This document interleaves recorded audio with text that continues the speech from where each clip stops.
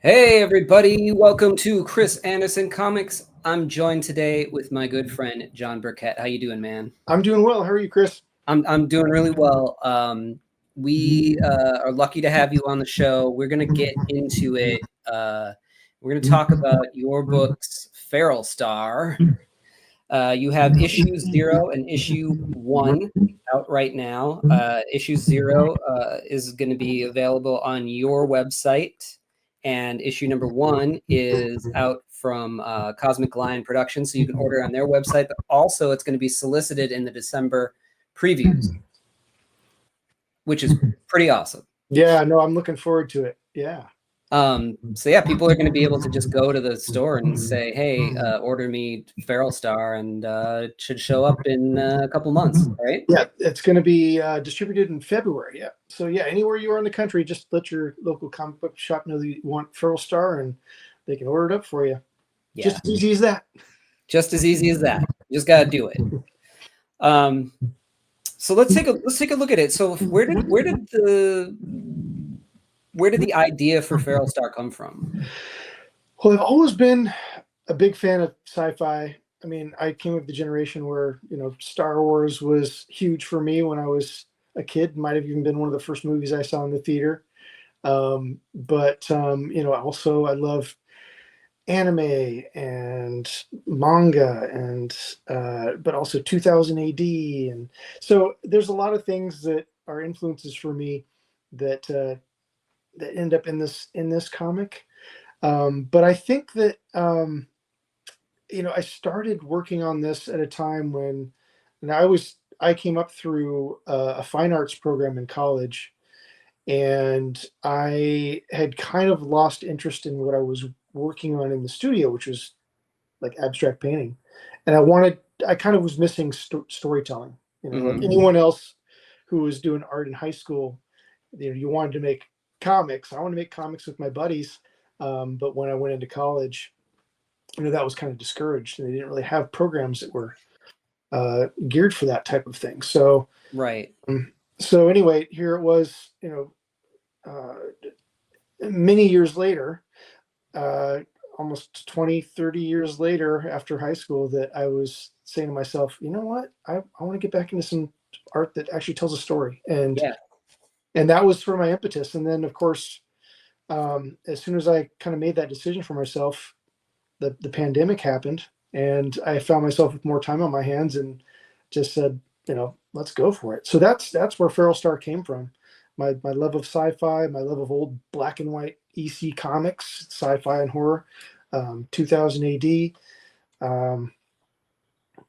Just kind of this was me teaching myself how to make comics, essentially. Yeah. You can really feel your love for the 2000 AD stuff and for the Star Wars influence in this. I mean, it's a ragtag bunch of I don't know, they're smugglers per se, but they're opportunists. Sure. Uh, ship of comrades, let's say. Yeah, no, they're just trying to make their way in the galaxy any way they can. Yeah, they're scrapping together a life, and it's not always on the up and up, but yeah, and it definitely comes out of that, the smuggler, bootlegger, Han Solo type character, and yeah, and like Star Wars, I kind of wanted things to have that, it's been described as like a lived-in feel. It's like it's not the highly polished, Kubrick right. Sci-fi. Yeah, there's rust. Right, exactly. It's the beat up, tied together with a shoestring, duct taped together sci-fi, and that's the way I like it. Right off the bat, like your page is automatic, like from the beginning. So this was. Did you draw them chronologically? So like 4 years ago or something like that, you started working on this? Yeah. So yeah, I drew them in order. Scripted it out as best I could, thumbnailed it, and it took me about a year to do the first 16 pages, because I had some time, a little bit of extra time to work on them, but then quickly had to go back to my day job. So it was like a page or two a month, for a while. that I was putting this together. So Yeah, your storytelling and cartooning was already like in place, you know? yeah, thanks. I had, like I said, a little bit of experience in high school, but I mean, it wasn't polished in any way. And I should say too that right out of, I went to, again, a fine arts program in college, and then went to grad school for painting and printmaking. But it was right out of grad school that I kind of started reintroducing myself into in comics and reading, like uh, understanding comics by Scott McCloud, yeah. and Will Eisner's sequential art book, Yep. with the purpose of wanting to teach a class, a continuing ed class, in comic book illustration. And that's what I did. I, right out of grad school, taught a class for a little while, and had a lot of fun with it. Of course, the whole time I wasn't actually drawing my own comics, but I think I was getting a knowledge of the mechanics of them, and I would still illustrate more comics content in my sketchbook, but the stuff I was doing was more abstract painting in the studio. So that I think I had the knowledge there, but I just hadn't put it into practice yet, at least to the level that I needed to really feel like I was putting together a solid story. And this was the book that kind of gave me the opportunity to do that. Yeah, I mean, most people don't hit the ground running like that, but you sounds like you did all the mental work, beforehand, and then once you actually hit the page, you already had this, vast amount of knowledge where you were able to get going, and you're kind of fully formed, once you hit it. Well, I have to say, I do remember when I was working on those pages, I was spending a lot of time drawing and redrawing. Yeah, I wasn't satisfied. So there was a lot of labor that went into trying to get just a little bit more polish each time. And even, I think you can even see it throughout, between page 1 and page 20 of this book. For sure. There was a change in style and a change in, ability, I guess. Yeah. You learn things as you go. That I was okay with that. I'd kind of already resigned myself to the fact that, okay, there's going to be inconsistency here. I just need to make the thing, Yes. No, I think that's super important. You got to just get out and do it. Yeah. You're introduced to this group of characters. Val is the captain of this ship. You got these sort of alien-looking characters that are like her second, right? And you got the bruiser, and you got the engineer kind of guy, and you sort of fill in your stereotypical team, right? Right. Yeah, and again, another influence for me was Firefly, of course, and yeah. So I kind of, it's kind of the same situation where you've got, a crew with a ship, and they're just trying to make a living, Right. Yeah, and when you're introduced to them, they they think that Val's been kind of playing it safe, too safe, and they haven't been making much money. Yeah, they're kind of on the skids a little bit. They're looking for a big payoff, and it hasn't come. And the last, they haven't made any money in a while, and they think they might have this one opportunity here to get strike pay dirt, Yeah. So. And so they find they get info that there was sort of this asteroid that was being mined, and people left it in a real big hurry, and there might be some things there that they can salvage from it. Right. Your very stark black and white here feels very Wally Wood. And especially when you get into like the craters and stuff like that, were you looking at like his EC stuff and like the Spirit comics that he did? Yeah, absolutely. Yeah, the Wally Wood and Jack Davis and any of those EC guys are big influences on me. And yeah, the craters and the asteroids, yeah, definitely Wally Wood inspired. Yeah, and I love how you kind of lose the lose the line of the thrusters in the ship here, you know, to generate light and heat. You know, it's really really great stuff. And even your stars, how they're sparse, but then you get these big, you know, swaths of galaxy arms going through the space, you know, and it's just really good stuff. Are you using like a brush and nib for these at this point?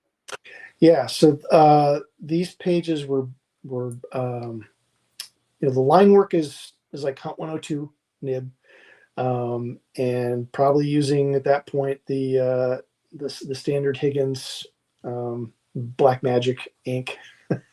Yeah. And then yeah, hand lettered. I think I was using microns to letter the pages. So all pretty traditional tools. Hand lettering too. That I was going to ask why you decided to go black and white instead of adding some color to it. And if you're adding that extra step of doing hand lettering, something's got to go.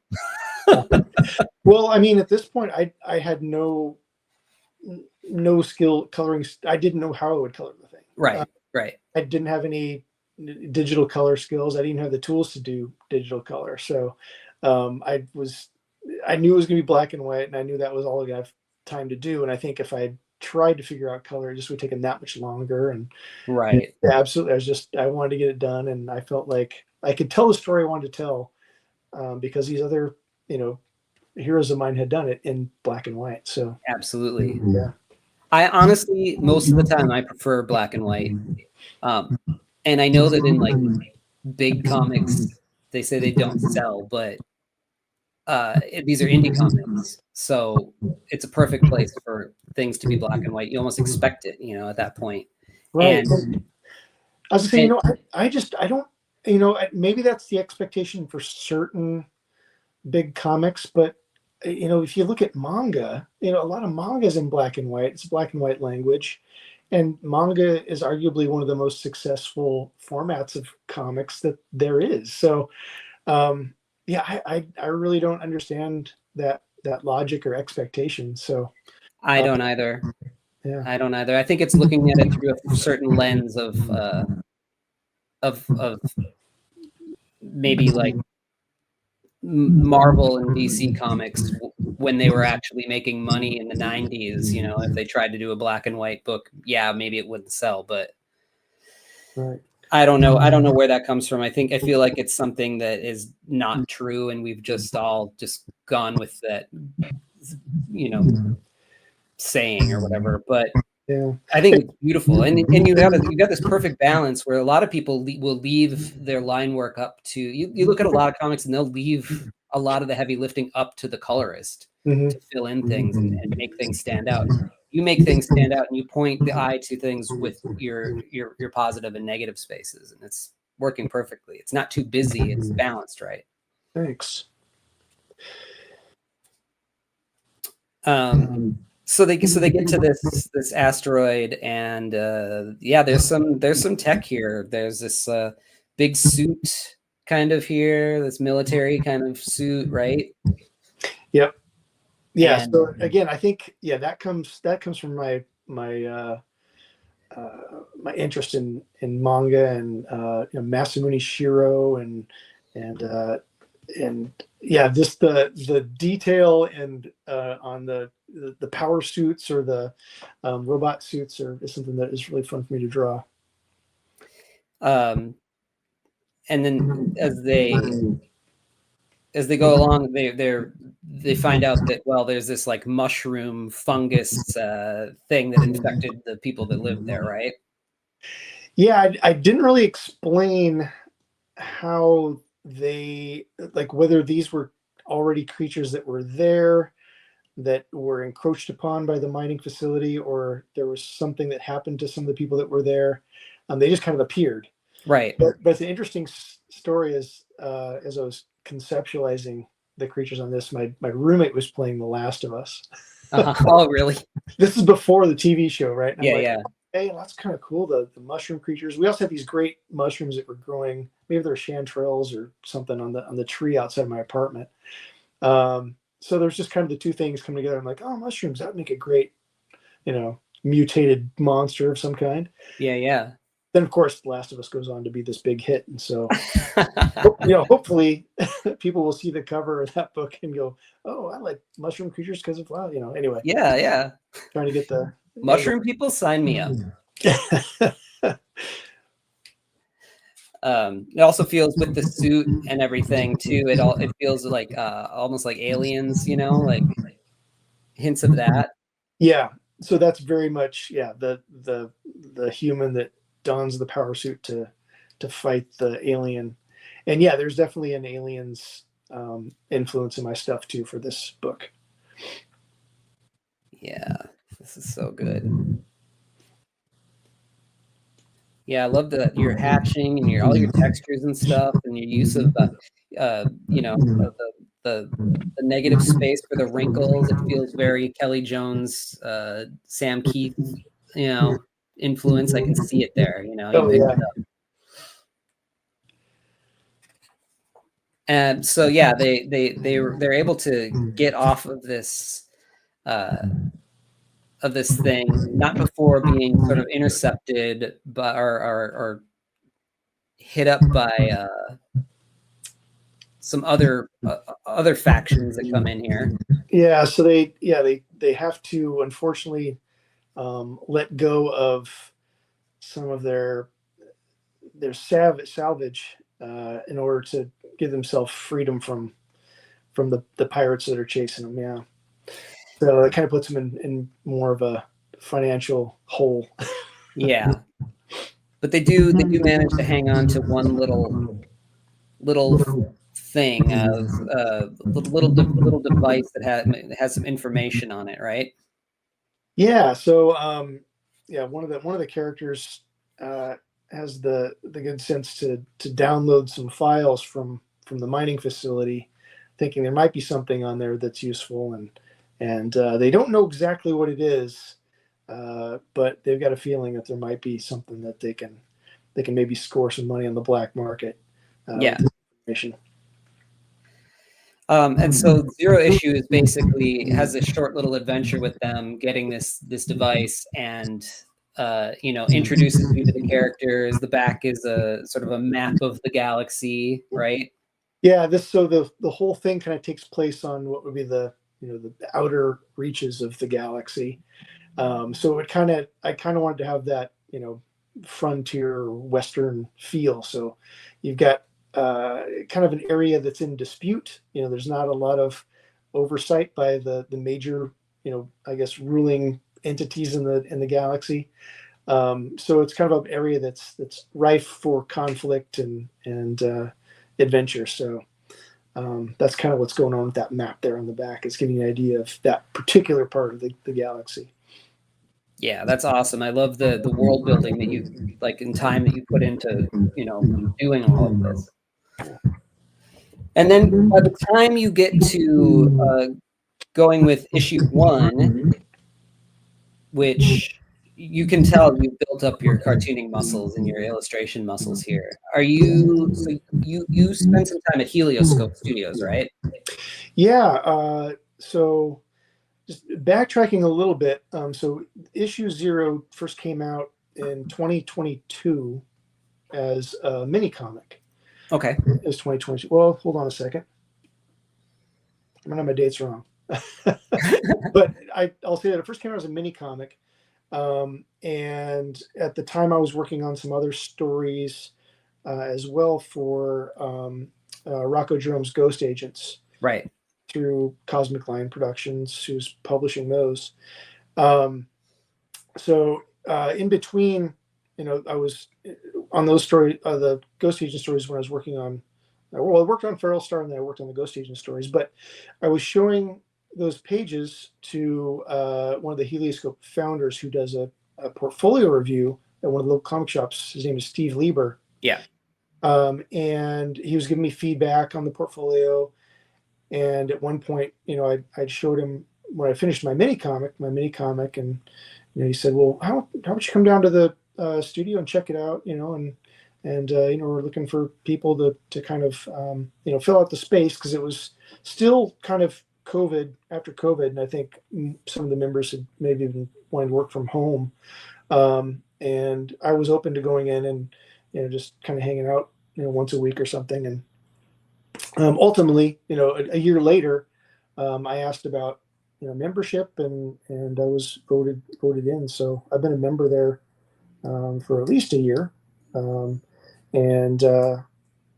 yes, and so it's been a good resource for getting feedback either on the artwork or just other professional aspects of being a cartoonist illustrator.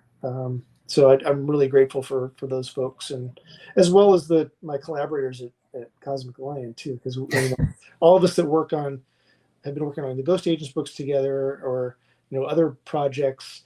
We got these open lines of communication where we all help each other out. And I think if you're in comics, it's a pretty solitary affair. You're hanging out at your table all by yourself for hours on hours, and you can slip into a potentially kind of antisocial bubble.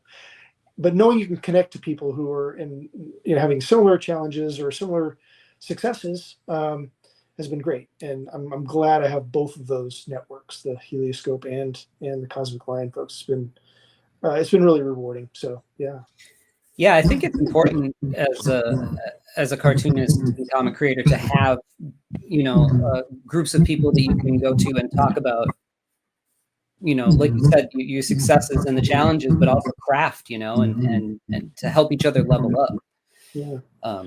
I think even more than just the craft of making comics, like the business aspect and trying to carve out a life in comics is for me even more challenging. It's like everything from marketing, promotion, working with publishers or agents or any of these other aspects of the business that you just don't even, I think most cartoonists don't even want to deal with. Yeah, well, yeah. It's a necessity, and it's a skill set, and it doesn't come to me naturally. So no, having people come to most cartoonists naturally. Yeah. So I mean, you got to pay the bills, and you got to find a way to do it. And exactly, knowing people that that are doing that and have made it work is a great resource. So definitely, I always like to say that no one gets there on their own, and you have to pay it forward. Right. That's part of what this channel is all about too. That and just like talking craft, because it's there's certain things that you can pick up just by talking to cartoonists that you hadn't thought about with storytelling and page composition and things like that. And you're always learning. You're never going to stop learning, Absolutely. Yeah. And to that point, at this, when I was working on this book here, yeah. Again, like my mind's really foggy about dates. I can't remember because I did over such a long period of time that the books took so long. I don't know when I was working on things, but I think that I started this book in February 2023. So it took me over a year to put this book together, and I was working more in brush than nib. So I was trying to get my control down with using the Winsor Newton brush and liking the results I was getting. So I just kind of continued down that path as far as the mark making on the page. Yeah, I can see a lot more brush in here. Where in these players, you're using nib still. I mean, on some of this cloud stuff, right? That was brush, the clouds. Is it really? Yeah. And on the what about here on the that might be nib. Yeah, it's really a fine one. I can see this here because the line kind of wiggles a little bit. Yeah. The brush gives it more of an organic feel, where a nib is more mechanical. And yeah, the whole ship itself feels organic, probably because you were using a brush. Yeah, and I wanted it to have almost like a biomechanical feel, like the two ends could be like lobster tails or something. Yeah. So it's a combination of maybe some alien biomechanical thing and tech. So I was trying for something a little bit different with that space station. Yeah, it looks really cool. And then on the back, here's the colored version of it. Yeah. So you can see where that background is sort of like a galaxy. Yeah. You know, all beautiful and colorful. And yeah, you got the brain aspects of it glowing. Yeah, that looks great, man. Thanks. Yeah. So at this point, I had invested in an iPad, so I was able to color the covers and started using the Clip Studio paint, which I really found that was user friendly, and that's how I was also cleaning up the artwork. The black and white artwork was Clip Studio. Yeah. And so when you sit down and you think about how to compose a page, are there any loose rules that you think of yourself before composing? It kind of, yeah, I don't know if it's a linear progression of ideas. I think there's things I try and keep in my mind even when I'm working on the script. So I'll do kind of a page.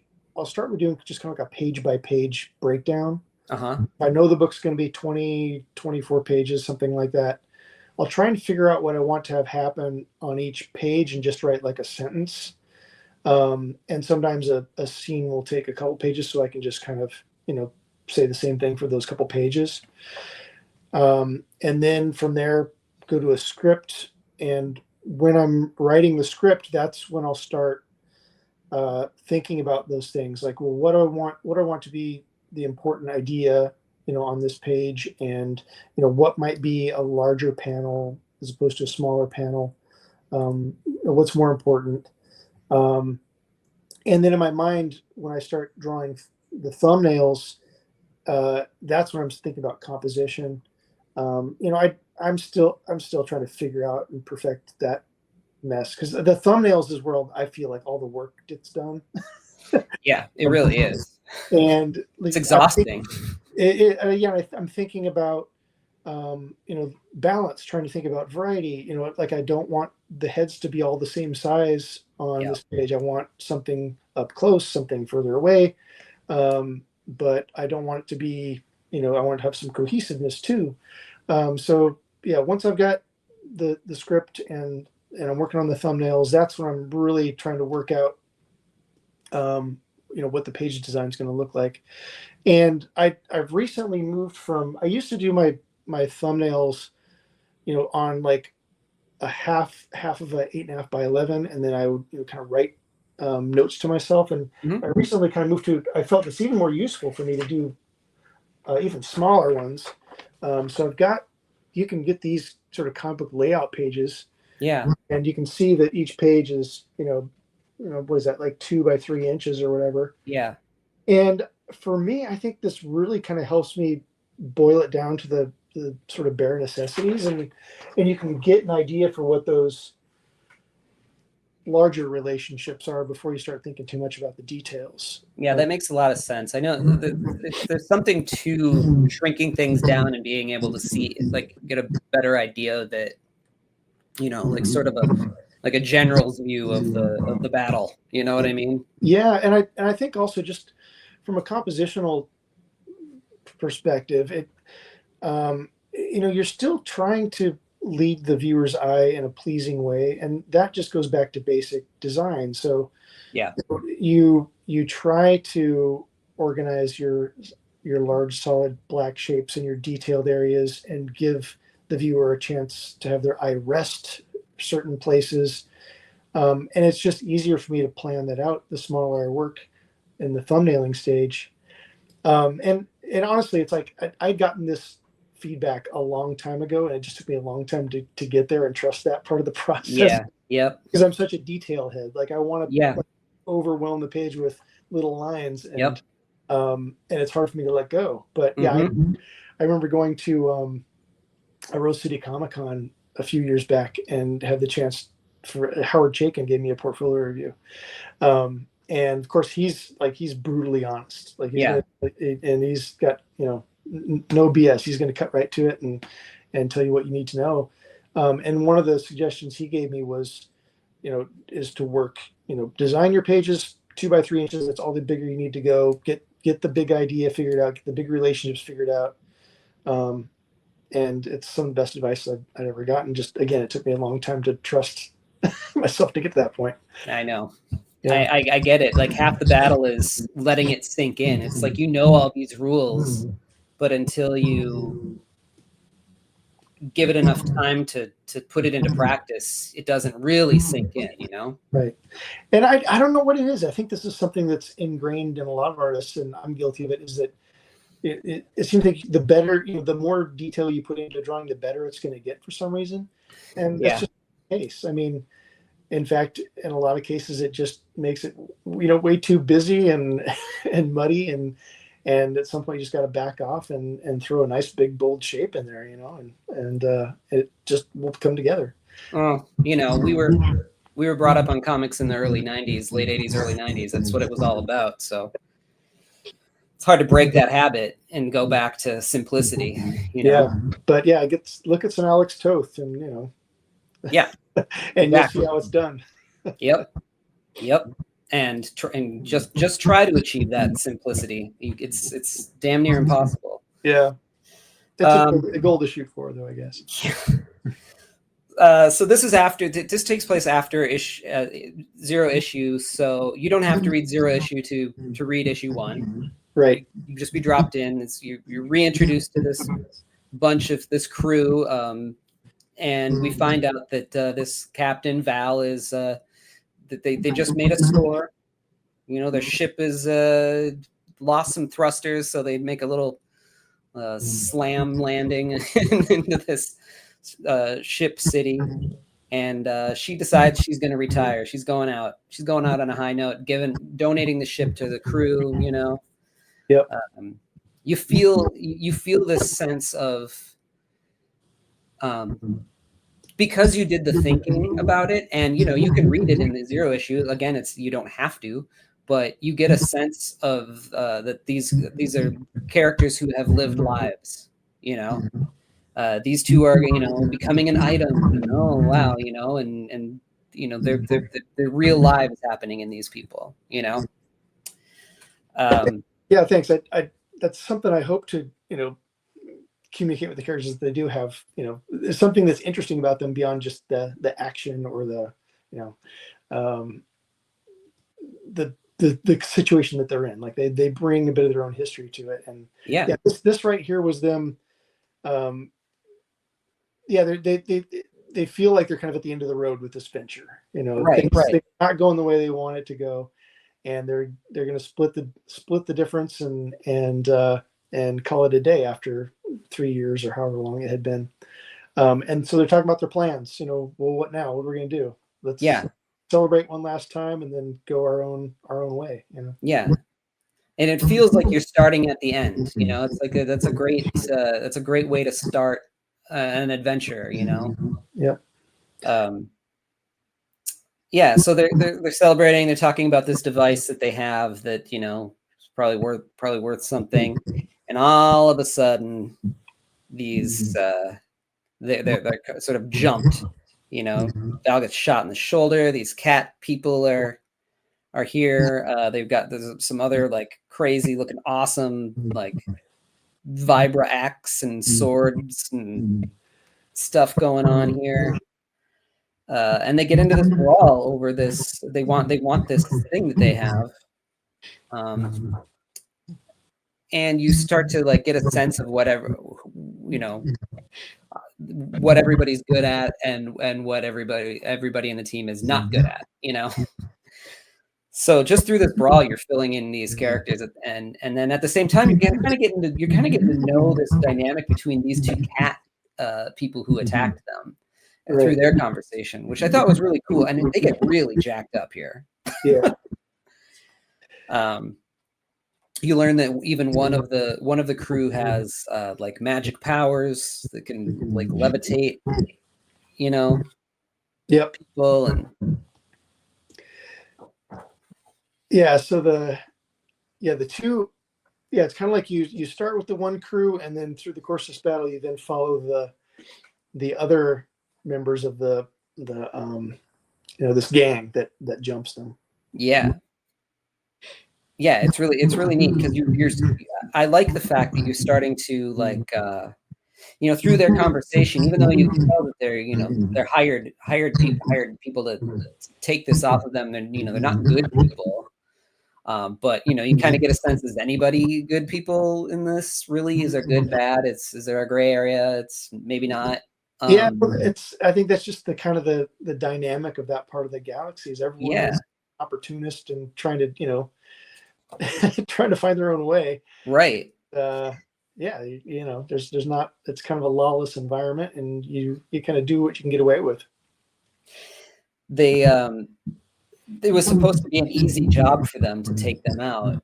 They're kind of said they're a ragtag crew, and it was supposed to be easy. These are hired killers, and it was not easy. They got half of their crew got killed, and they got their asses handed to them. There's only half of him left, right. And they start to realize that the person who hired them, maybe wants them dead. So they go, and they're going to go, confront them. And just, gosh, just the pacing and the figure work, the silhouettes, everything here, it's beautiful, man. It's just Thanks. Great cartoon. And you're right. You do see from the beginning of the story to here, like how much you grew. I remember you posting, gosh, what pages were they? There were some pages with the cat people in them. It may have been this one, and I you just floored me with your brushwork and your balance of black and white. Thanks. So yeah, you find out that there's this princess here that they're right. She's a princess. Countess. She's Countess, right? And she hired them to go and get this thing. And she talks to them about her pets, and like, kind of talking down to them. Her design's really cool. I feel a lot of Golden's work in her design a little bit. It reminds me of like the hair. The cat character in Bucky O'Hare. Oh, okay. A little bit, just the eyes, the way that they're offset. Yeah, so yeah, she's got alien. She's an alien of some kind. Yeah, a little bit different. And yeah, Bucky O'Hare. That's actually a book that I'd like to check out because I'm a big fan of Golden's work. Yeah, and I like the character Bucky O'Hare, but haven't read any of the books. So yeah, it was in the continuity Days of Future Past is where it was first serialized, and just Golden's work in there is exceptional. It was the first time I ever saw his work. And it's very cartoony, Right. But yeah, I had a lot of fun with the designs here. Yeah. There's a little bit of the Princess Leia slave bikini in that suit, but also cape and metallic and the helmet and everything else. And and it feels like Kirby-esque in areas, Yeah. Very like Thor-like. Yeah, and so basically, she's they try to blackmail her, right? Yeah, they say she's kind of stepping out of line.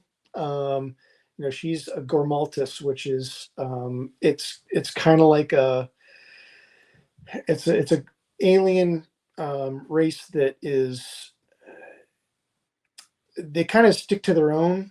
I don't want to give too many details away because Sure. Books, but they're not really permitted to interfere in the politics because of past events of the colonies or any other people.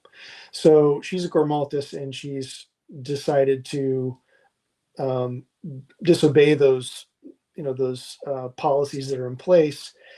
She's trying to do this on the sly. She's trying to insinuate herself into this space station. We're not quite sure why yet. I don't think there's some more details that are shared in this book, but they suspect it's a power move.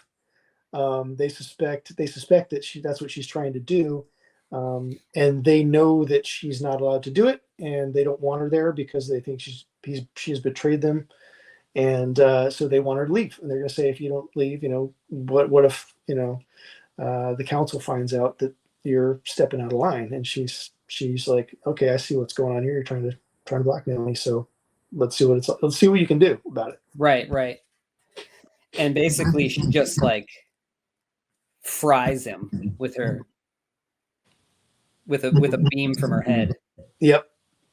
So as if he wasn't messed up enough, well, now he's like jelly on the ground. Yeah. Well, this is one of the background guys off. Right. So he gets there. it. Yeah, there he is. He gets it through the chest. Well, he gets it eventually. Yeah. Yeah. This is pretty brutal here. This head just smeared across the page. And then this reaction from the partner is just great. Yeah. Yeah, and then eventually she uses her hand to kind of fry this one too. And then goes back and has this like FaceTime conversation with this shadowy character here. She takes off her helmet and she's got this perfect 70s hairdo. I love it. Yeah, the Farrah Fawcett. Mm-hmm. Yep. So this is the Hallsbad Corporation, which is the same corporation that was running the mining facility in the first book. Gotcha. So they're trying to get back, that data unit is what I call it, that has the information on it that hasn't been deciphered yet. Right. And so they're basically using her to try to get back at it, get it right. Yeah. Yeah. There's a partnership there that we're not quite sure all of the details. We just know that they're collaborating in some capacity. Sure. And he is helping her out by supplying her with this suit that she's now tested the prototype. Yeah, and it works pretty well, I'd say. Pretty well. She did take a little bit of a hit, so the last panel there, you see the upgrade. Right. And that's where you leave us hanging, man. We got to wait for issue 2. Yep. But I did get, as you can see there, the highly talented Christian Misimo to do a pinup for me. Just amazing. Yeah. I've got that one on my wall. If you can see it behind me there. Here, pop you up. Oh, yeah, there it is. So, yeah. He's so good. And then you got an Ian Cinco pinup here too. Yep. Very cool. Yeah, did Countess Kira Verlamin for me. Amazing. And then you got Cosmic Lion's ad in the back there, and so this I can't wait to read issue 2, but people can now, starting in December, order this off of Diamond if they just go into their shop and ask for Feral Star from Cosmic Lion Productions, right? Yep. Awesome. Yep, Feral Star. And then Zero is available through my website, www.johnburkettstudio.com. But yeah, we're really hoping to get people turned on with issue 1 and see how popular we can get it out there in comic shops. Yeah, man. It's not easy to get the word out, but it sounds like you're doing all the right things, and we'll hopefully see how it treats you. Yeah. Well, thanks for helping me out here. Yeah, of course. It's really cool. It was really cool to look at these. Where can people find you on the internet? So I'm on Instagram, John Burkett Studio. You can find me on my website. It's www.johnburkettstudio.com. That's where you can find Feral Star Zero. I also have a Substack, which is johnburkett.substack.com, and that's where I've serialized Feral Star in the past. So as I complete new pages, I post them on Substack, and that's free. Just sign up, and you'll get them as I complete them. Awesome. But yeah, just a heads up, I'm a slow producer of pages, so it might be a few months before we see issue 2. But that's the next project I've got on my table. So awesome. Well, I'll make sure to get all of that in the show notes and everything so people can just click on it and get to where they need to go. Yeah. Awesome, man. Well, thanks so much for coming in, talking shop, and introducing people to Feral Star. Hopefully everybody goes out and either orders it online or goes to their shop and gets it. Go to your shop and get it, because then they'll order a few copies. Absolutely. Yeah. Yeah. Yeah. Well, thanks so much for inviting me, Chris. I had a lot of fun talking with you, and I'd be happy to come back whenever you want to talk again. I'm always happy to have you back on, man. And whenever anything next comes out, just let me know. Okay, I will. All right. Take care, John. You too. All right. Bye. Bye. Join my Patreon to see my work before anyone else, plus score physical sketchbooks, mini comics, and commissions delivered right to your door, and reading my new books, Something Seems Off and Three-Headed Pigman, as they are made. Go to my website to order original art, commissions, and my books, Lost Angels, Spectral: A Showcase of Fear, Chaotic Neutral, and more. Gray Matter Drip, The Art of Chris Anderson, is available now from Cosmic Lion Productions. Here are the upcoming conventions I'll be at the time of this recording. And don't forget to like, follow, and subscribe. It helps spread the word. Thanks.